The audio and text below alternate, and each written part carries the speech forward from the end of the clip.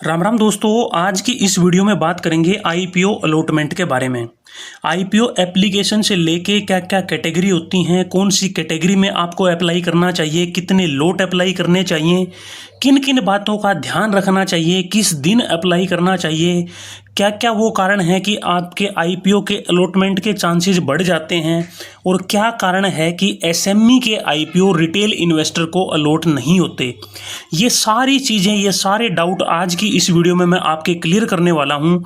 इस बात की गारंटी है कि ये वीडियो आपने लास्ट तक देख लिया तो आपका ये कोई डाउट नहीं रहेगा आईपीओ एप्लीकेशन और अलॉटमेंट से रिलेटेड। तो चलिए शुरू करते हैं आज की वीडियो और सबसे पहले समझते हैं कि आईपीओ में कैटेगरी क्या क्या होती हैं। तो देखो, मेनली 3 कैटेगरी होती हैं, क्यूआईबी, एनआईआई और तीसरा रिटेल।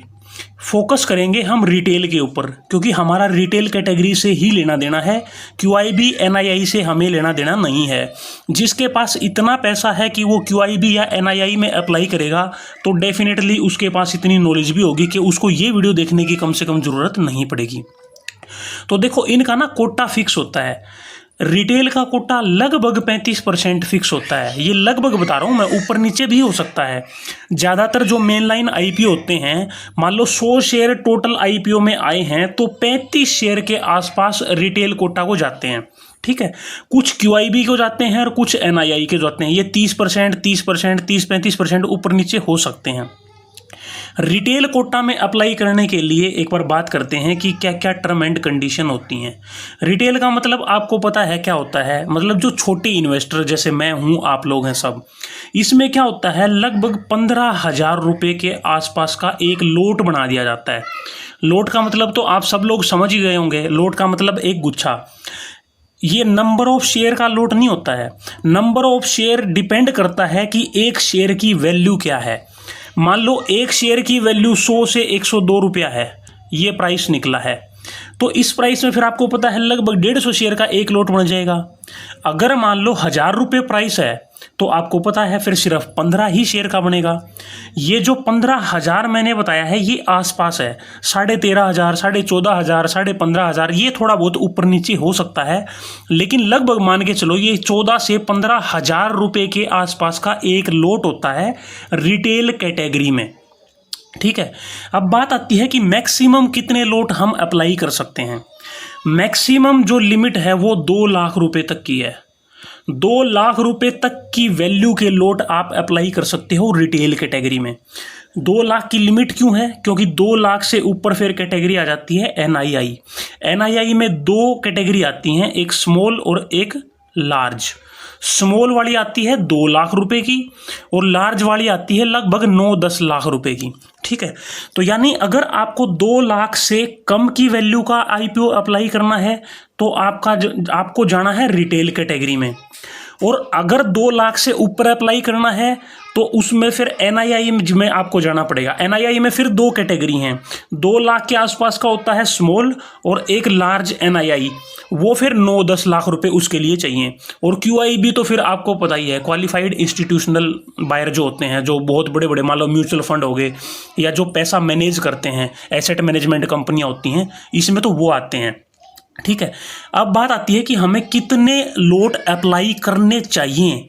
ये तो हो गया कि चलो ठीक है, हम 15,000 रुपये के आसपास का एक लोट है, तो अगर मान लो 2 लाख रुपए तक हम अप्लाई कर सकते हैं तो इसका मतलब है कि 12-13 लोट हम अप्लाई कर सकते हैं। लेकिन करने कितने चाहिए ये सुनो। ये समझने के लिए आपको पहले सब्सक्रिप्शन रेट समझना पड़ेगा। सब्सक्रिप्शन रेट, इसका क्या मतलब है? इसका मतलब ये है कि अगर मान लो कोई भी कंपनी का आईपीओ आ रहा है, उसमें 100 शेयर उसने अलॉट करने हैं रिटेल को। 100 शेयर का मतलब मैं यहाँ 100 लोट मान के चल रहा हूँ। ठीक है, 100 शेयर नहीं, 100 लोट। ठीक है, तो 100 लोट कितने बंदों को मिलेंगे? वो 200 को भी मिल सकते हैं, वो 10 को भी मिल सकते हैं, वो डिपेंड करता है कि कितने बंदों ने अप्लाई किया है। मान लो 100 लोट हैं और 100 ही बंदों ने अप्लाई कर दिया। ध्यान से समझना इस चीज को, तो 100 के 100 बंदों को एक एक लोट मिलेगा। ठीक है, नए रूल क्या हैं ध्यान से समझो। 100 लोट हैं रिटेल कैटेगरी में और 100 बंदों ने अप्लाई किया है आईपीओ के लिए, तो हर बंदे को एक लोट ही अलॉट होगा। चाहे मान लो मैंने 10 लोट अप्लाई किए हैं तो भी मुझे एक लोट मिलेगा, किसी ने 5 लोट अप्लाई किए हैं तो भी एक लोट मिलेगा, किसी ने एक अप्लाई किया है तो भी एक ही मिलेगा। ज़्यादा कब मिलेंगे? अगर सब्सक्रिप्शन कम हो। मान लो 90 ही बंदों ने अप्लाई किया है, ठीक है, 90 के 90 को एक एक तो मिलेगा ही मिलेगा, फिर 10 लोट तो बच जाएंगे। वो 10 लोट कहाँ जाएंगे? वो 10 लोट फिर जाएंगे कि रिटेल कैटेगरी में किसने ज़्यादा लोट अप्लाई किए हैं। मान लो मैंने 10 लोट अप्लाई किए हैं तो मेरे को तो फिर 10 के 10 मिल जाएंगे। अगर मान लो 90 के 90 बंदों ने सिर्फ एक एक लोट ही अप्लाई किया है तो सबको एक एक मिल गया, फिर 10 लोट बच गए। वो 10 लोट फिर शिफ्ट हो जाएंगे NII और QIB कैटेगरी में, ठीक है। सेम यही होता है NII कैटेगरी में। NII कैटेगरी के मान के चलो अगर 100 शेयर हैं, NII कैटेगरी में 100 लोट हैं और NII में मान लो सिर्फ 90 का सब्सक्रिप्शन आया है, ठीक है, यानी वो फुल्ली सब्सक्राइब्ड नहीं हुआ, 10 लोट बच गए। वो जो 10 लोट बच गए ना वो QIB और रिटेल को दिए जा सकते हैं। कब दिए जा सकते हैं? मान लो रिटेल में 100 लोट थे और अप्लाई कर रखा है 110 बंदों ने, तो जो 100 लोट थे वो तो 100 को मिलेंगे, 10 बंदे तो बच गए। जो 10 बंदे बच गए उनको ये NII वाले 10 लोट दे दिए जाएंगे। सिर्फ एक्सेप्शन है QIB का जो कोटा है वो अगर फुल्ली सब्सक्राइब्ड नहीं होता है तो वो जो लोट हैं वो किसी को नहीं दिए जाएंगे, ना NII को ना रिटेल को। NII के प्लस रिटेल के दोनों के अगर मान लो फुल्ली सब्सक्राइब्ड नहीं होता है, लोट बचते हैं, तो वो एक दूसरे को या QIB को दिए जा सकते हैं। तो यहाँ से एक मोटी बात ये समझ में आई है कि अगर कोई IPO फुल्ली सब्सक्राइब्ड है यानी वो 1 गुना भी सब्सक्राइब्ड है तो आपको सिर्फ एक लोट ही अप्लाई करना चाहिए। एक लोट से ज़्यादा आप अप्लाई करते हो तो सिर्फ आप अपना पैसा ब्लॉक करने के सिवाय कुछ नहीं कर रहे। ज़्यादातर रिटेलर क्या सोचते हैं कि मैं 10 लोट अप्लाई कर देता हूँ, एक लोट तो मिल ही जाएगा। ऐसा नहीं होता है, ठीक है। अगर 100 बंदों ने अप्लाई किया है ना तो 100 बंदों के नाम की लॉटरी लगेगी और उनमें से फिर वो लॉटरी कैसे लगती है ये भी मैं आगे समझाऊंगा आपको, ठीक है। फिर उनको लोट अलॉट किए जाएंगे। ज़्यादा लोट आपको तभी मिल सकते हैं जब सब्सक्रिप्शन 1x यानी 100% से भी कम है।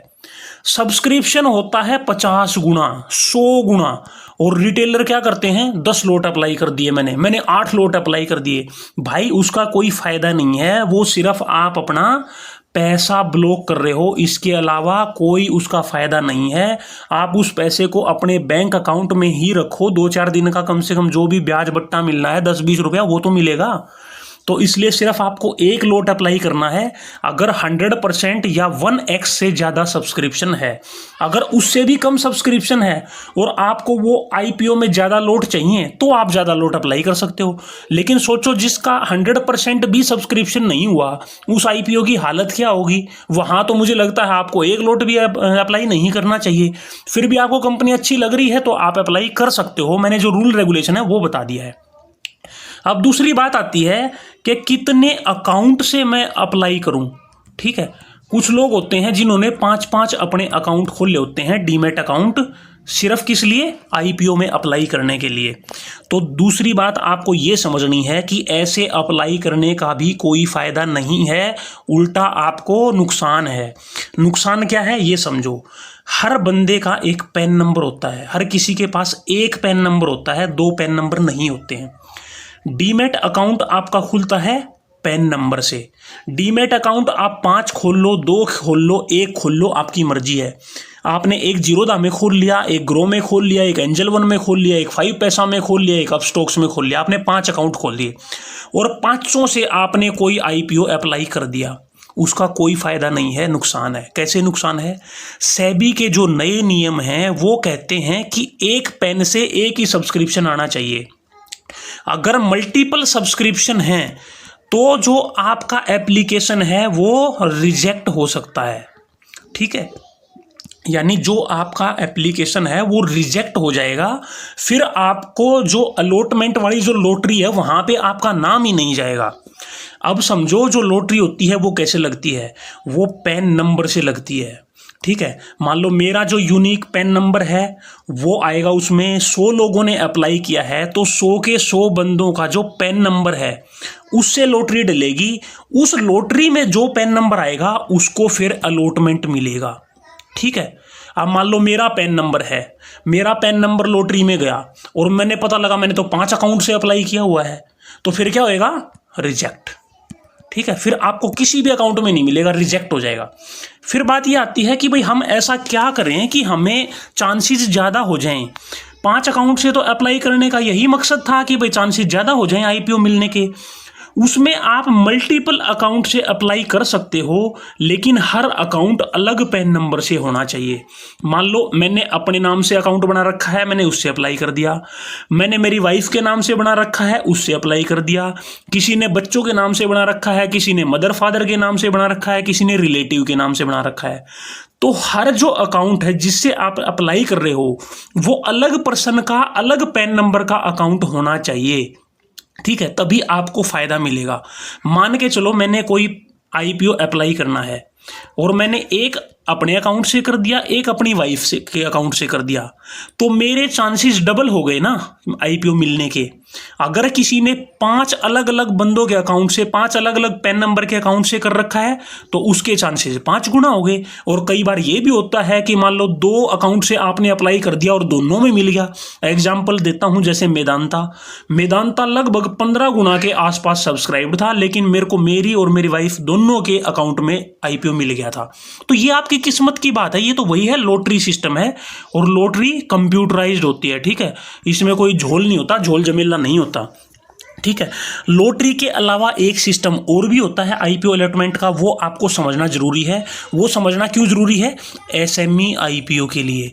ठीक है, एसएमई आईपीओ क्या होते हैं, स्मॉल मीडियम एंटरप्राइजेज, जो बहुत छोटी कंपनियां होती हैं उनके आईपीओ आते हैं, वो लोट में आते हैं। उसके बारे में मैं थोड़ा सा आगे डिटेल में बताऊंगा, लेकिन पहले हम सिस्टम समझते हैं कि किस किस सिस्टम से आईपीओ अलॉटमेंट होता है। ये 2 सिस्टम से होता है। पहला सिस्टम लॉटरी, मैंने आपको बता ही दिया है। ठीक है, जितनी भी एप्लीकेशन आई हैं उन सबको लॉटरी सिस्टम में डाला जाएगा। लॉटरी सिस्टम से लॉटरी निकलेगी, जिसकी लॉटरी निकल गई उसी का आईपीओ लग गया। दूसरा होता है प्रोपोर्शनेट बेसिस पे। ठीक है, प्रोपोर्शनेट बेसिस में मतलब रेशियो बेसिस पे। ठीक है, ये क्या सिस्टम होता है इसको समझाता हूँ। लॉटरी सिस्टम मैंने आपको समझा ही दिया, लॉटरी लगेगी। जितने भी लगभग मेन लाइन आईपीओ आते हैं वो लॉटरी सिस्टम पे ही लगते हैं। ठीक है, फिर भी आपको देखना है कि दोनों में से किस सिस्टम पे आईपीओ अलॉटमेंट होगा। तो जो रेड हियरिंग प्रोस्पेक्टस होता है, आरएचपी बोलते हैं, कोई भी कंपनी अपना आईपीओ लेके आना चाहती है तो वो क्या करती है, अपना रेड हियरिंग प्रोस्पेक्टस यानी जो अपने कागज होते हैं वो सेबी के पास भेजती है। ठीक है, जिसको आरएचपी बोलते हैं, रेड हियरिंग प्रोस्पेक्टस। उनमें लिखा होता है प्रॉपरली कि ये किस सिस्टम से आईपीओ अलॉट होगा। लेकिन मैंने बता दिया जितने भी मेन लाइन आईपीओ होते हैं वो लगभग लॉटरी सिस्टम से आते हैं, प्रोपोर्शनेट या रेशियो बेसिस पे नहीं आते हैं। एसएमई जो आईपीओ होते हैं वो काफी बार प्रोपोर्शनेट और रेशियो बेसिस पे आते हैं। ये रेशियो बेसिस क्या है, रेशियो बेसिस है, मान लो 100 लोट हैं किसी कंपनी के और 100 बंदों ने ही अप्लाई किया हुआ है, तो सबको एक एक लोट मिल जाएगा।